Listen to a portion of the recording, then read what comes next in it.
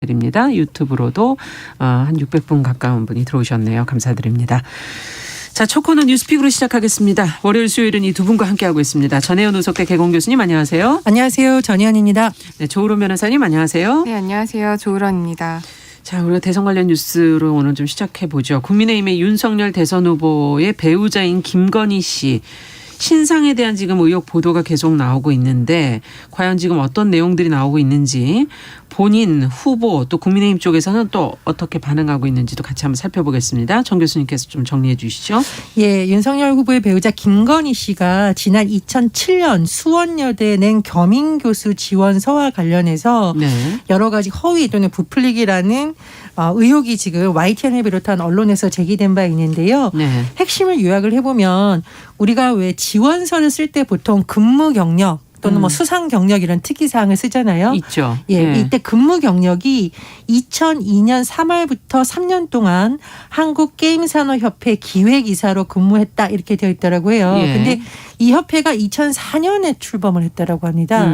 그리고 지금 언론에서 협회에 근무했다는 사람을 취재한 내용이 나왔는데 김건희 씨, 그러니까 개명전 이름은 김명신 씨라고 하네요. 이 사람과 함께 근무한 적은 물론 본 적도 없다. 이런 내용이 또 언론을 통해서 나오고 있고요. 또 하나는 이제 근무 경력을 제가 지금 설명을 드렸고 수상 경력과 관련된 내용인데 이 수상 경력을 보면 2004년 8월 서울 국제 만화 애니메이션 페스티벌에서 대상을 받았다 이렇게 적혀 있는데 이 당시에 개명전 이름인 김명신 이름으로 응모된 출품작 자체가 없다라는 지금 의혹이 제기되고 있고요. 또 MBC 등 언론 보도를 보면 대상이라는 상명 자체가 당시 없었다. 이런 지금 의혹이 제기되고 있는 상황입니다.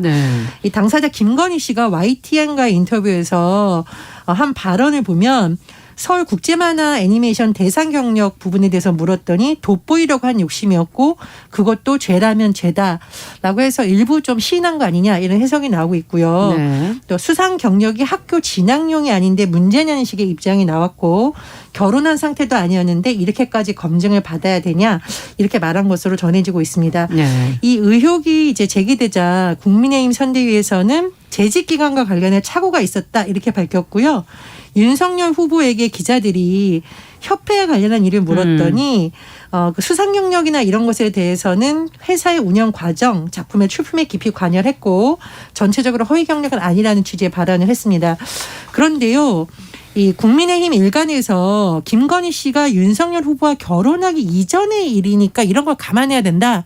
이렇게 주장이 나오는데 김건희 씨가 윤석열 후보가 결혼한 뒤에 안양대 국민대 교원 임용 시점이 2013년, 2014년입니다. 그러니까 결혼한 이후 때 낸 임용과 관련된 것도 허위 경력 의혹이 지금 또 언론 보도나 이런 것을 보면 제기되고 있는 상황이에요.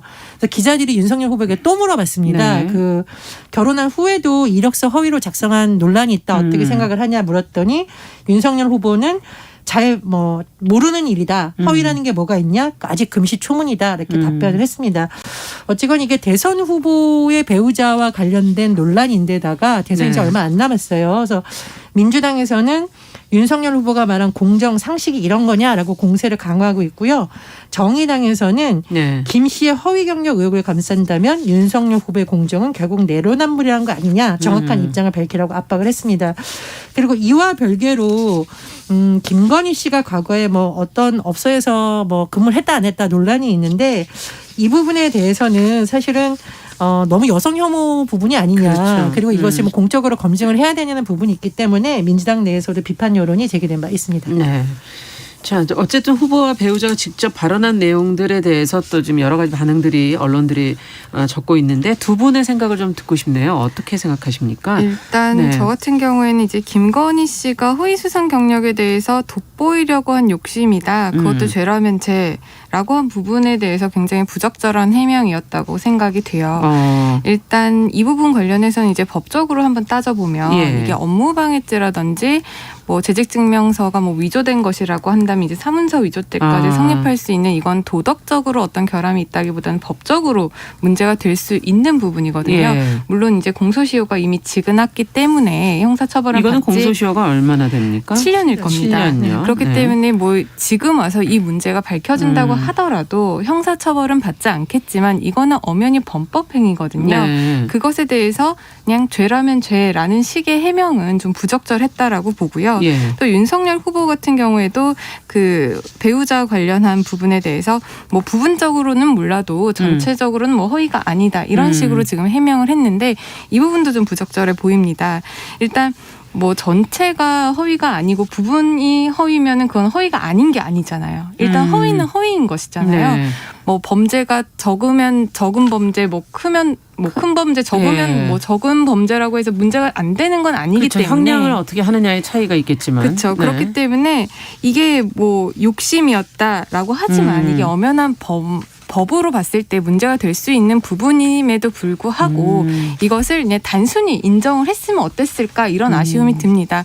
사실 이게 결혼 전에 있었던 일이고 만약 이 부분이 불거졌을 때 아 그런 착오가 있었다. 그런 실수가 있었다. 이게 법적으로 문제되는지 지금 뭐 예전에는 몰랐지만 뭐 지금 알았다고 할 수도 있는 것이고 아니면 예전에 알았고 내가 그런 과오를 범했으니까 앞으로는 그러지 않겠다라고 해명을 했으면 훨씬 더 국민들이나 아니면 언론으로부터 이렇게까지 비난받지 않았을 수도 있거든요. 네. 그럼에도 불구하고 이제 해명을 하는 과정에 있어서 좀 섣부르게 자기의 주관적인 감정에 호소하지 않았나 이렇게 생각이 들어서 국민의힘 차원에서도 김건희 씨가 이제 언론과 인터뷰를 하거나 이럴 때 네. 사전적으로 어떤 대책이라든지 아니면은 사전에 어떤 트레이닝을 하지 못한 그런 잘못이 있지 않나 그렇게 생각이 됩니다. 네. 어쨌든 좀 부적절한 해명이다라는 얘기를 해주셨어요. 어떻게 보십니까, 정 교수님께서는? 일단은 그 행위 자체도 변호사님이 말씀해 주신 것처럼 사생활 관련 논란과는 좀 별개의 문제인 거죠. 이거는 네.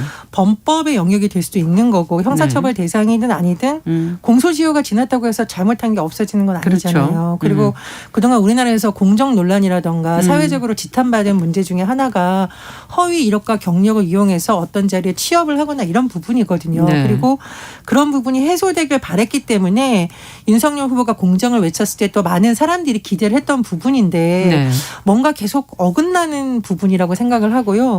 두 번째로 변호사님 말씀해 주셨듯이 해명이 오히려 저는 더 이상하다는 생각이 들어요. 그러니까 결혼하기 전에 이랬는데 이렇게까지 검증을 받아야 하냐고 하는데 사실 이제 대선 후보가 당선이 되면 대선 후보의 배우자가 외교 정상들이 할 때도 같이 수행을 해야 되고 네. 또 그때가 되면은 사실상 공인이기 때문에 청와대 내에서의 별도의 조직이 또 꾸려지거든요. 그렇죠. 그러니까 이거는 단체장의 부인이라든가 국회의원의 부인과는 좀 또 다른 의미입니다. 그래서 본인이 여기에 대해서 억울하다고 이렇게 자꾸 주관적 느낌을 말할 것이 아니라 정확하게 해명을 하고 또 잘못이 있으면 진솔하게 사과하는 게 답이라고 생각을 합니다. 네. 자, 뭐 지금 앞서 얘기해 주신 것처럼 정 교수님께서도 공정과 상식을 내세우는 윤 후보의 상황에서 김건희 씨에 대한 의혹이 과연 이제 배우자 리스크로 작용을 할 것인가 이에 대한 이제 기사들도 지금 많이 나오고 있는데요. 두 분께서는 이 측면에서는 어떻게 보고 계십니까? 저 같은 경우에는 이미 다 반영이 되었다고 봅니다.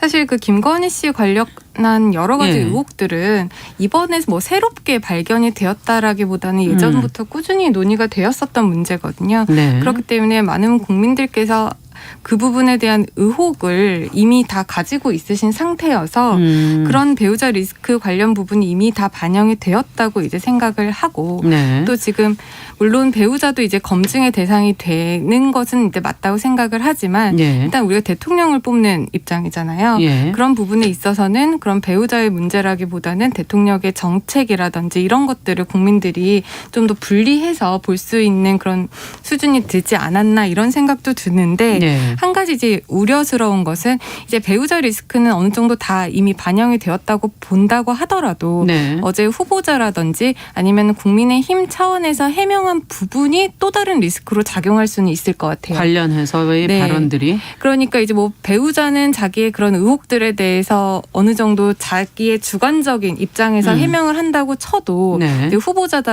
후보자라든지 아니면 국민의힘 차원에서는 이제 그 당 차원의 적극적인 무슨 선제적인 대응이라든지 후속 조치가 이제 좀 깔끔하게 해명 아니면 사과 뭐 공식 입장 발표 이런 것들이 있어야 되는데 그런 것들이 아직 좀 불분명하죠. 미흡해 보이거든요. 네. 그렇기 때문에 여기서 이제 김건희 씨에 대한 의혹들을 당이라든지 아니면 후보자가 어떻게 해명하는지는 또 다른 리스크로 작용할 여지는 있다고 생각을 합니다. 네.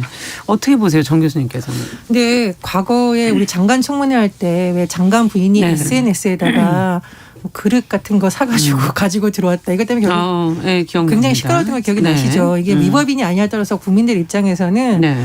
공직자의 부인도 어떤 공직자 가족으로서의 받는 혜택을 누리니까 그 해외에 같이 나간 건데 네. 그 시간에 가서 저런 일을 하고 있다는 걸 굉장히 분노한 거지. 그 그릇이 뭐 엄청나게 비싼 거다 혹은 뭐 진짜 밀순이 아니냐 이런 부분은 아니었거든요. 네. 거기에 대해서 좀 더 진솔하게 해명을 하고 이렇게 하려고 노력은 했지만 국민들은 이미 그런 부분이 굉장히 화가 나 있던 거거든요. 그래서 공직자나 그 공직자인 사람의 가족이 누리는 혜택이 과연 개인적인 것이냐 국민의 세금과 공적인 위치 때문에 얻어지는 부분이 분명히 있는데 그렇죠. 그렇기 때문에 검증의 기준이 계속 높아지는 것으로 보입니다. 그리고 변호사님이 너무 정확하게 짚어주셨는데 김건희 씨를 둘러싼 의혹은 국정감사에서 제기된 바 있죠. 그런데 이게 그냥 유야무야 되다가 이번에 터진 건데 사실은 의혹이 하나인 건 아니에요. 박사학위 논문 표절 의혹, 도이치모터스 주가 조작 가담 의혹, 코바나 컨텐츠 협찬 관련 의혹 등등이 있었는데 이런 부분이 누적이 돼 있고 여기에 대해서 깔끔한 해명이라던가 진솔한 해명이 안 돼 있기 때문에 저는 이게 어떤 뇌관이 될 수 있다고 보거든요. 네. 그래서 이른바 이 리스크에 대해서 국민의힘이 어떻게 대응을 할지를 좀 지켜봐야겠습니다. 앞으로도 좀 나올 내용들이 더 있을 수 있다라고 지금 정 교수님께서는 보시는 것 같네요. 자, 관련된 부분 앞으로 어떻게 또 해명을 해나가면서 배우자 리스크를 관리하게 될지 지켜보도록 하겠습니다. 자, 두 번째 뉴스로 좀 가보죠. 앞서 오프닝에서 제가 좀 말씀을 드렸던 내용인데 보도가 많이 된 내용이에요. 무인 모텔에서 난동을 부린 소년들이 자신들이 촉법소년이라고 하면서 불량한 태도를 보여서 문제가 됐었고 보도가 나왔습니다. 알고 보니 촉법소년이 아니다라는 것이 또 최근에 보도가 나왔는데요.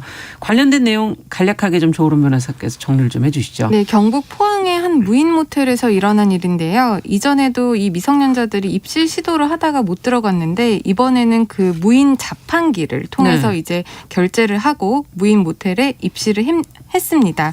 미성년자들 5명이었는데 이들이 이제 들어가서 술을 마시고 또 침구나 매트리스에 소위 이제 담배빵이라고 하는 그러니까 재물 손괴를 한 거죠. 예. 게다가 이제 창문 손잡이라든지 입구 문에 있는 그 손잡이까지 마구 파손을 했다고 합니다. 예. 그러니까 이제 모텔 업주가 아이들에게 주의를 줬는데 아이들이 그걸 반성하는 게 아니라 자기들이 이제 미성년자고 우리가 촉법소년이니까 뭐 죽이고 싶으면 죽여봐라, 뭐 고소해라 이런 식으로 대들었다고 합니다. 예. 경찰에 신고를 해서 이제 경찰이 출동했는데도 아이들의 태도는 전혀 달라지지 않았고요. 경찰에게도 이런 난동을 부리고 자신들은 촉법소년이니까 뭐 하려면 마음대로 해라라고 하는 조롱하는 모습을 보였다고 합니다. 이제 업주는 지금 손해를 한 네. 400만 원 정도 보고 있다고 해서 예. 어떻게 합의할지는 계속 우리가 지켜봐야 될 것 같은데요. 그렇죠. 아이들이 지금 잘못 알고 있었던 게 있습니다. 아이들이 당시에 만 14세가 넘었기 때문에 촉법소년이 아니었어요. 네, 만 14세까지가 촉법소년입니까? 만 14세 이상부터는 이제 촉법소년이 아니라 범죄소년이 그렇군요. 돼서 소년법이랑 형사처벌도 이제 가능하게 되는데 우리나라 법상 이제 연령에 따라서 처벌을 하고 있습니다. 안 하고, 예. 이제 만 10세 미만 같은 경우에는 이제 범법 소년이라고 해서 예. 아무런 법적 제재를 받지 않아요. 그냥 소년이나 보호자 정도에게 훈계하는 식으로 끝나고요. 예. 하지만 만 10세 이상부터 만 14세 미만은 이제 촉법 소년이라고 해서 형사처벌은 받지 않지만 이제 뭐 가무위탁이라든지 뭐 최악의 경우에는 소년원 송치 같은 보호 처분은 가능한 그런 나이고요. 네. 만 14세 이상, 만 19세 미만 같은 경우에는 이제 범죄 소년이라고 해서 예. 형사 책임도 있다라고 보고 형사 처벌도 이제 가능하게 됩니다. 이때부터 소년원을 가게 될 수도 있는 거죠. 만 10세부터 소년원은 갈 수가 있고요. 있군요. 만 14세가 넘으면 소년원도 갈 수 있고 일반 성인들이 가는 교도소도 이제 갈 가게 수가 되고. 있어요. 네. 그런데 보통 이제 14세 미만, 10세부터 14세까지는 촉법 소년이라 그래서